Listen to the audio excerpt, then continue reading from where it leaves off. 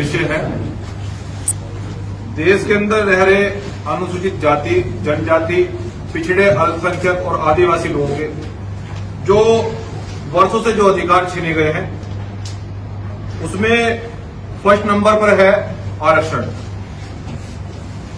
आरक्षण जो आर्टिकल 15 के अंतर्गत जो आता है, जिसमें कि जो शैक्षणिक जो संस्थाएं हैं, जो शिक्षा का क्षेत्र है, उसमें हमारे जितने भी SC, ST, OBC और माइनॉरिटी और आदिवासी विद्यार्थी हैं, उनकी स्कॉलरशिप नहीं दी जा रही है, जिससे कि वो कॉलेज और विश्वविद्यालयों में नहीं पढ़ पा रहे हैं। और आरक्षण में ही जो आर्टिकल 16(4) और 16(कैब) और 16(ख) में जो हमारे जो सरकारी कर्मचारी हैं और जितने भी आयोग हैं, उनकी पूर्ति नहीं हो रही है, उनको पूरा करने के लिए।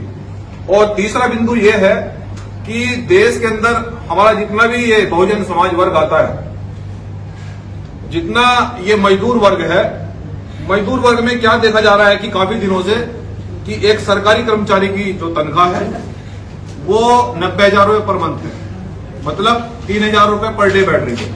और एक मजदूर व्यक्ति की, जिस वर्ग से मैं आता हूं, उस व्यक्ति की जो दैनिक आय है वो केवल 500 रुपए है, मतलब 15,000 रुपए। और दोनों सरकारी कर्मचारी और मजदूर वर्ग के दोनों खर्चे इतने ही हैं। इसलिए ये सरकार जो हमारे साथ में भेदभाव कर रही है, ये बड़ी निंदनीय है, जिस कारण से हमारा समाज गरीबी रेखा में जो जीवन यापन कर रहे हैं हमारे लोग, जिस मैं फिर से बता रहा हूं कि जिस वर्ग से मैं आता हूं, मेरा कर्तव्य है कि अपने वर्ग की आवाज को उठाना, उनकी बात को बताना कि आज भी हमारे लोग, जिन लोगों से जमीनें छीनी गई हैं, वो लोग आज भी आर्थिक दंश झेल रहे हैं।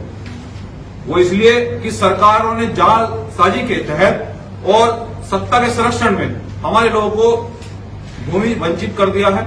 उसमें मुख्य प्रदेश उत्तर प्रदेश, मध्य प्रदेश, झारखंड, छत्तीसगढ़, बिहार इत्यादि, राजस्थान, ये प्रदेश मुख्य हैं। और जबकि अगर सरकार चाहे तो जितनी भी बंजर भूमि है, सरकारी भूमि में, हमारी ये डिमांड है और ये मांग है बहुजन समाज की कि हमें बंजर और सरकारी भूमि में से 5-5 बीघे पट्टे काट कर दिए जाए। और सरकार इस पर अगर ठोस निर्णय कोई नहीं लेती है तो फिर हम लोग बड़े आंदोलन की देश में तैयारी कर रहे हैं। प्रत्येक प्रदेश के प्रत्येक जिले में बड़े पैमाने पर आंदोलन होगा और हम लोग लड़ेंगे। ये हमारी डिमांड है। और मैं मीडिया के माध्यम से अपने बहुजन समाज के लोगों से कहना चाहता हूं, देखिए, ये लड़ाई बड़ी महत्वपूर्ण है और ये किसी विशेष व्यक्ति की लड़ाई नहीं है, ये अधिकारों की लड़ाई है। इस लड़ाई में देश के सभी संगठन आमंत्रित हैं। भीम आर्मी संयुक्त मोर्चा बनाया गया है। इसमें कोई पार्टी का बैनर नहीं चलेगा, लेकिन जो नेता समर्थन करना चाहते हैं, साथ देना चाहते हैं, उनका स्वागत है। परंतु सामाजिक स्तर पर हम लोग इस आंदोलन को बड़ी मजबूती से आगे बढ़ाएंगे और इस लड़ाई को हम लोग जब तक लड़ेंगे, जब तक नहीं जीतेंगे। हो सकता है कि सरकार हमें कल आंदोलन के चलते जेल भेज दे, लेकिन मैं अपने बहुजन युवाओं से भी कहना चाहता हूं कि ये आंदोलन रुकना नहीं चाहिए।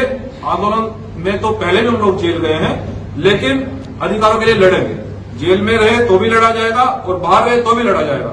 लेकिन ये मैं बहुजन समाज को फिर से कहना चाहता हूं कि आपके लिए ये आंदोलन मील का पत्थर साबित होगा।